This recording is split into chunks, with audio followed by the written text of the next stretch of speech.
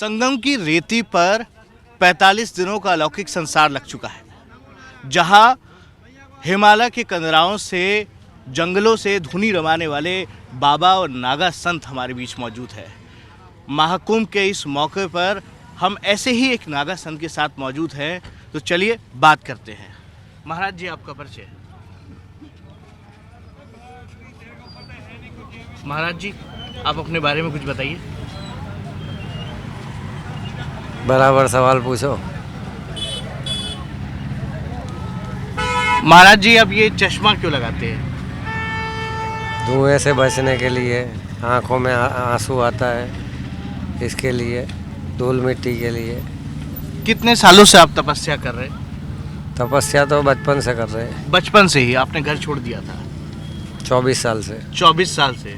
पिछली क्या साधना आप कर रहे हैं? हम साधना कर रहे हैं सेवा और जैसे नित्यक्रम।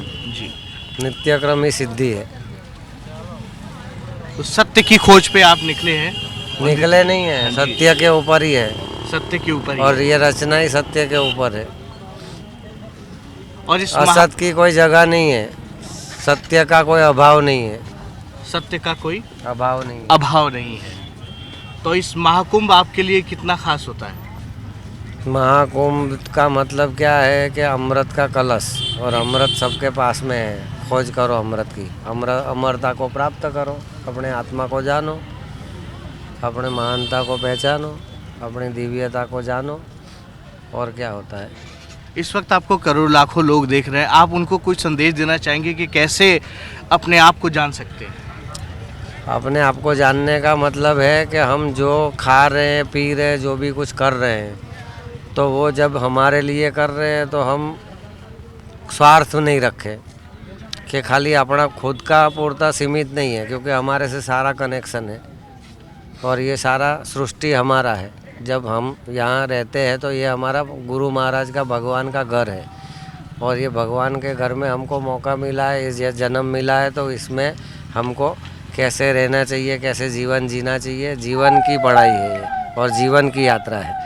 वो कभी ख़त्म होने वाली नहीं है। वर्तमान हमेशा रहता है, वर्तमान कभी ख़त्म नहीं होता है, और वर्तमान में ही जीवन है।